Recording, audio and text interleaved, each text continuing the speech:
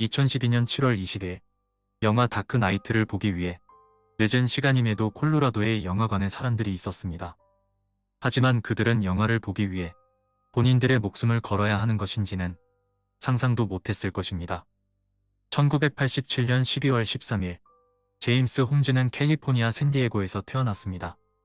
그의 아버지는 스탠포드, UCLA, UC 버클리에서 학위를 딴 물리학자이자 수학자였습니다. 그리고 그의 어머니는 간호사였으며 제임스 아래로 여동생도 하나 있었습니다. 그들의 집은 캘리포니아의 몬터레이 지역에 위치했습니다. 그리고 제임스가 12살이 됐을 때 샌디에고로 돌아갔고 오두막집에서 살게 됐습니다. 이웃들의 이야기를 살펴보면 그가 그곳에서 살기 시작했을 때부터 그는 사회적으로 퇴화되기 시작했다고 합니다. 이웃들에게 그리 좋은 평가를 받지 못했지만 그는 고등학교를 다니며 축구와 크로스컨트리 선수로 활동했습니다. 사실 그는 중학생 때부터 정신 건강에 문제가 있었다고 합니다. 그럼에도 불구하고 그는 집에서는 사랑스럽고 행복한 소년이었고 기르던 개와 여동생을 언제나 조심스럽게 대했던 좋은 아이였습니다.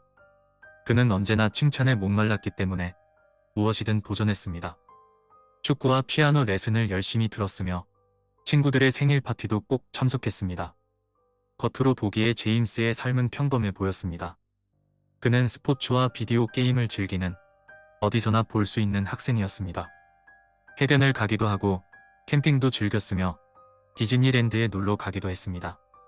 미국에서 큰 행사에 속하는 추수감사절, 크리스마스, 할로윈 축제 등도 빠지지 않았습니다.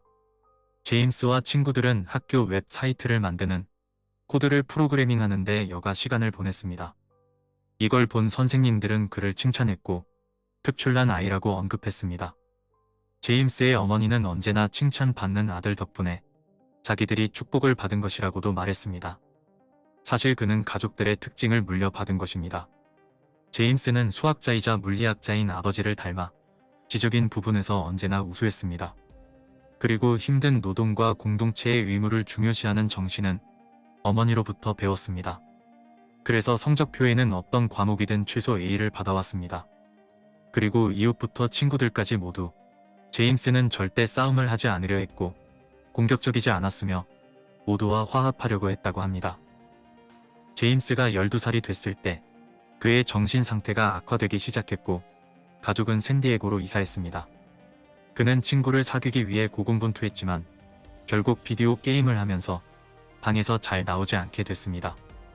제임스의 어머니의 말에 따르면 새로 이사한 곳에 있는 또래들과 친해지고 싶었지만 그들은 상당히 폐쇄적이고 친절하지 않았다고 합니다. 그리고 그 결과 제임스는 친구를 사귀는 데 흥미를 잃었다고 합니다. 제임스를 행복하게 만들어 주지 못한 것에 대해 어머니는 미안해했습니다. 그가 고등학교에 다닐 때 크로스컨트리 코치는 제임스를 관찰했습니다. 그는 언제나 혼자 있었고 다른 사람들과 가까이 있는 것이 불편해했기 때문에 팀워크를 망치게 됐습니다. 대학에서 제임스는 평범했습니다. 캘리포니아 대학에서 그는 우등생들 사이에서 친구들을 사귀었습니다. 하지만 그리 즐겁지 않았습니다. 제임스와 룸메이트들은 미국 시리즈 로스트를 즐겨봤습니다. 이것만이 그가 유일하게 즐거움을 느끼는 시간입니다. 무엇이 문제였는지는 모릅니다. 하지만 그가 지원했던 대부분의 대학원에 들어가지 못했습니다. 집으로 돌아간 그는 폐인처럼 생활을 하고 있었고 어머니는 그에게 일자리를 구하라고 권했습니다. 그는 제약 공장에 일하러 갔습니다. 그리고 동료들은 그가 자주 허공을 응시했다고 합니다. 그리고 대학원 지원을 또 시도했고 그는 콜로라도 대학의 안슈츠 의학 캠퍼스에 입학했습니다. 수업료 전액 면제, 한화로 연간 약 2,800만 원을 받기로 했습니다. 그는 강의도 잘 들었고 스스로 노력하는 모습도 알게 됐습니다. 하지만 그는 처음 사귀었던 여자친구에게 차였고 그 뒤로 대학원을 중퇴했습니다. 이러한 좌절은 제임스가 과격한 행동을 하도록 자극했을 것입니다. 그는 다른 사람들의 삶을 끝내면서 자신의 삶의 가치를 더할 수 있다는 내용을 메모하기도 했습니다. 제임스는 사건이 발생하기 전에 최소 3명 이상의 정신건강 의사를 만났습니다. 그들 중 한 명은 제임스의 폭력적인 생각을 알게 됐고 그에게 조치를 취하는 것을 고려했었습니다. 하지만 조치를 취하게 되면 제임스가 더욱 화가 날 것이라고 생각했기 때문에 결국 아무것도 하지 않았습니다. 그의 정신과 의사 중 한 명은 그가 위험할 수도 있는 정신질환을 가졌다고 걱정했습니다. 그래서 사건이 일어나게 한 달 전, 의사는 제임스가 본인에게 계획을 설명했을 때 경찰에 이 사실을 알렸습니다. 제임스는 사건 발생 2주 전에 한 대학원생에게 조울증에 대해 들어본 적이 있는지 문자 메시지로 물어봤습니다. 그리고 본인에게서 떨어지라고 얘기하였습니다. 그는 영화를 아주 좋아했기 때문에 센츄리 16극장을 선택했습니다. 이 극장의 상영관은 안타깝게도 문을 잠글 수 있습니다.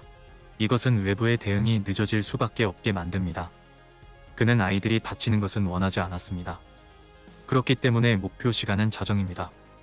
제임스는 본인의 행위가 단순한 학살이 아니라 메시지를 전달하기 위해서라고 했습니다. 그는 또한 폭발물이나 화학 약품 등을 사용할 것을 고려했었지만 자폭하게 되는 것이 두려워서 이것들은 배제했습니다. 제임스는 연쇄살인도 고려했지만 증거가 너무 많이 생길 것이라 생각했기 때문에 이것도 배제했습니다. 제임스는 2012년 5월 22일부터 6월 7일까지 3개의 무기를 총포상에서 구입했습니다. 3개의 무기는 모두 합법적으로 구입했고 신원 확인도 완벽했습니다. 제임스는 사건이 발생하기 4개월 전부터 인터넷을 통해 탄약 약 6,000발도 구입했습니다. 그는 스파이크 트랩도 구입했는데 나중에 추적당하게 되면 그걸 배치하여 벗어날 예정이었습니다. 그리고 6월 25일에는 콜로라도 총기 클럽에 가입하기 위해 신청서를 이메일로 보냈습니다. 하지만 클럽 대표가 오리엔테이션에 그를 초대하기 위해 여러 번 전화했었지만 그와 통화를 할 수는 없었습니다. 제임스는 7월 19일 사건이 발생하기 몇 시간 전에 그의 정신과 의사에게 본인의 공칙을 붙였습니다. 이 계획을 실행하기까지 몇 주 동안 그는 자신의 아이디어와 준비에 대한 것들을 일기로 기록해놨던 것입니다. 하지만 그 공책은 배송 불가 판정을 받았기 때문에 전달될 수 없었습니다. 사실 제임스는 누군가가 본인을 설득해 주길 바라면서 사건이 발생하기 직전에 정신건강을 다루는 한라인에 전화했습니다. 하지만 통화 연결이 되고 고작 9초 만에 전화는 끊어졌습니다. 그리고 나서 그는 극장에서 학살을 시작했습니다. 21일 자정에 영화관 주차장에서 제임스를 체포했습니다. 그는 저항하지 않고 투항했으며 자신이 조커라고 주장했습니다. 그리고 영화 다크나이트의 결말을 물어보는 모습도 보였습니다. 제임스는 구치소에 구금됐고 그곳에서 24시간 감시를 받았습니다. 그를 다른 수감자들로부터 보호하기 위해 독방에 감금했습니다. 세간의 이목을 끌었던 사건에서는 일반적인 절차입니다. 2012년 7월 23일 제임스가 법정에 서게 됐습니다. 그는 혐의의 심각성 때문에 보석이 허가되지 않았습니다. 제임스는 변호를 위해 국선 변호사를 선임했습니다. 그는 침묵을 유지했고 판사의 눈을 쳐다보지 않기 위해 노력했습니다. 그의 허공을 쳐다보는 행동과 특이한 외모는 그의 정신 건강에 대한 추측을 하게 만들었습니다. 검사들은 7월 30일에 1급 살인 24건 살인 미수 116건, 폭발 장치 소지, 폭력 선동 혐의로 제임스를 기소했습니다. 11월 15일로 예정된 청문회까지 제임스는 몇 번 정도 어설프게 스스로 목숨을 잃기 위한 시도를 했습니다. 2013년 1월 7일 제임스가 다시 법정에 섰습니다. 그곳에서 9 1일 통화 기록과 영화관에서 찍힌 영상이 증거로 제공됐습니다.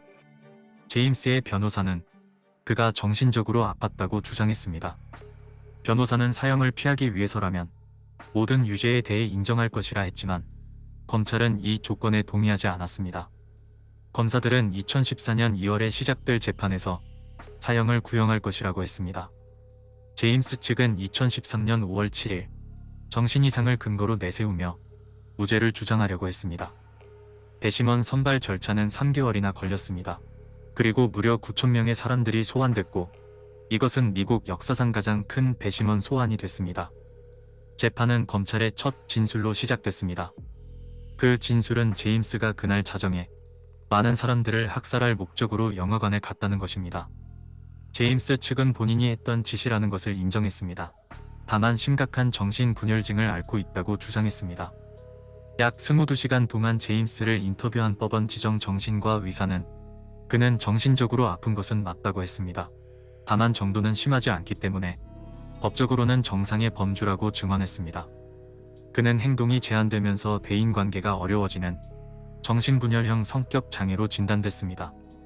법정에서 그는 사건 당시에 이미 쫓기고 있었다고 생각했었고, 그가 영화관에서 행동하기 전에 그들이 자신을 체포하기를 희망했었다고 말했습니다. 그리고 제임스는 7년을 당한 후 억장이 무너졌었고, 이게 사건의 동기라고 주장했습니다.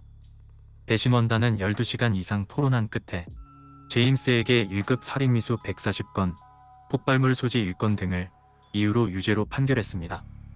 배심원들은 사형에는 동의하지 않았고, 제임스는 8월 7일에 가석방 가능성이 없는 종신형을 선고받았습니다. 제임스의 정신건강 상태 때문에 사형을 반대하거나 판단을 유보했던 것입니다. 그리고 그는 여러 가지를 통해서 종신형과 더불어 추가로 3318년도 선고받았습니다. 그리고 판사는 공식적으로 그가 다시는 사회에 발을 들여놓지 않기를 바란다고 했습니다. 그리고 그는 연민을 받을 자격도 없다고 했습니다. 또한 피해자들에게 배상금으로 한화로 12억 원을 지불하라고 제임스에게 명령했습니다. 법원은 배상금의 10억 원 정도는 콜로라도주의 피해자 보상 기금에서 지불할 수 있도록 했고, 나머지 2억 원은 제임스 알아서 지급하도록 했습니다. 제임스는 2015년 9월에 콜로라도 주립 교도소로 이송됐습니다. 하지만 다른 수감자들에게 구타를 당한 후 제임스는 비밀리에 외부에 알려지지 않은 장소로 이송됐습니다. 시간 내어 시청해주셔서 감사합니다. 언제나처럼 또 뵙겠습니다. 다음 영상에서 만날 때까지 모두 몸조심하세요. 구독과 좋아요는 영상 제작에 힘이 되며 여러분의 의견도 남겨주시면 감사하겠습니다.